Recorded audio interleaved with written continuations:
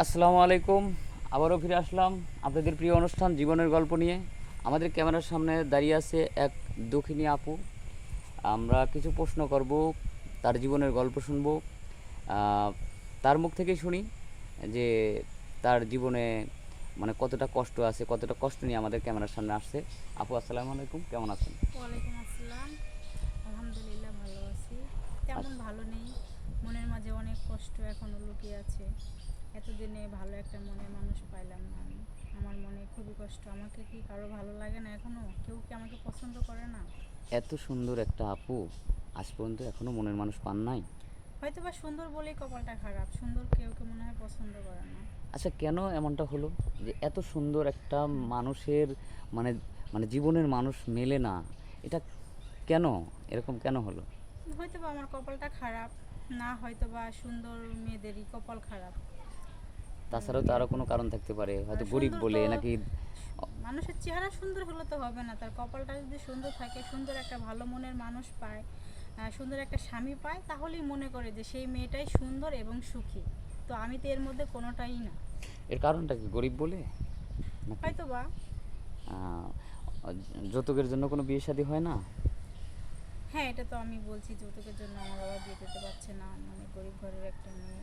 আর্থিক দিক থেকে খুবই সমস্যায় আছি আমি। এক কথায় আমি খুবই নিরুপায় একটা মেয়ে। যাই হোক। আমার কষ্টের কথা, এত কথা মানে ভিডিওতে বলে শেষ করা যাবে না। যদি কোনো ভাই আমাকে পছন্দ করে থাকেন, আমাকে ভালো লেগে থাকেন, তাহলে আমার সাথে কন্ট্যাক্ট করতে চাইলে আপনাদের সাথে কন্ট্যাক্ট করবে আর এবং আমার জীবনের গল্পগুলো শুনবে। যদি তাদের ভালো লেগে থাকে, সেই ক্ষেত্রে আমাকে সে যদি বিয়ে করতে চায়, আমি তাহলে বিয়ে করব। সুন্দর কথা বলেছেন। আপনার আপনার কথাগুলি শুনে আমাদের খুব মায়া হচ্ছে। তারপরেও এতটুকু মানে আশ্বাস না, বিশ্বাস পেতে পারেন আমাদের ক্যামেরার সামনে এসে আমরা যদি কোনো ভিডিও পাবলিক করি, কোনো মেয়ে আজ পর্যন্ত মানে খালি হাতে ফিরে যায় না। হ্যাঁ, আমি আশা করি এটাও আপনিও ফিরে শুনছি যাবেন না। আপনাদের মাধ্যমে অনেক অসহায় মেয়েদের বিয়ে হয়েছে, অনেক সুখে জীবনযাপন করতেছে। আমি তাদের কথা শুনেই আমি এখানে আসছিলাম। কিন্তু কপালটা খারাপ, আমার ভাগ্যটা কেন এমন হচ্ছে যাক, বুঝতেছি আচ্ছা, না। এখন আমি দর্শকের উদ্দেশ্যে আরেকটা প্রশ্ন করব। আপনার নামটা কি?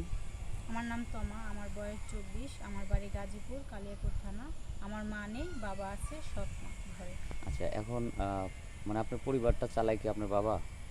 হ্যাঁ, টুকটাক করে আমার বাবাই চালায়। আমি আমি কিছু করি না বলতে, এখন করতি টেলার্সের কাজ শিখতেছিলাম, যেন আচ্ছা, ওটা করে নিজে কিছু করতে চাই আর কি। করতে চাই শিখতেছি আর কি। মানে জীবনের সাথে যুদ্ধ করতেছেন আর কি। হ্যাঁ। যে বাবার মানে বাবা অনেক কষ্ট করতেছে, একটু যদি পাশে দাঁড়াতে পারি হ্যাঁ, তো। বড় ভাই নাই তো। আপনার বাবার বয়স কত? 70-80 বছর। 70-80 বছর? তো হ্যাঁ। বৃদ্ধ, সে কাজ করতে পারে? কি করবে তাছাড়া আর? আহ, ভিক্ষুকের মতো আর কি কাজ করে, এক কথা। মানে অনেক কষ্ট করে কাজ করে। হ্যাঁ। তো সৎ মার সাথে আপনার সম্পর্ক কেমন যায়? মানে আসলে মা তো মাই, মায়ের কথা নাই বলি। মার তুলনা কারোর সাথে দেওয়া যায় না, সৎ মা কিংবা আপন মা। আমার ভাগ্য খারাপ, এটাই আমি বলতেছি। যদি আমার মা বেঁচে থাকতো, হয়তো বা আমাকে ভালো একটা ছেলের হাতে তুলে দিতে পারতো। কিন্তু সৎ মা ঘরে আসার কারণেই হয়তো বা আমার ভাগ্যটা এরকম হয়েছে।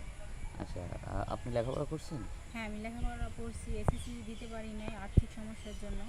আচ্ছা, যখন আপনি এসএসসি পরীক্ষাটা দিতে পারেন তখন কি আপনার মা বেঁচে ছিল না মারা গিয়েছিল? না, আমার মা মারা গেছিলো তখন। আমার মা যখন মারা যায় তখন আমার বয়স 8-10 বছর।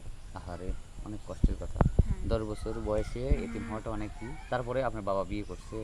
বিয়ে করছে কত বছর পরে আপনার মা মারা যাওয়ার পরে? বিয়ে, আমার মা মারা যাওয়ার পরে বিয়ে করছে ও 7-8 বছর পরে।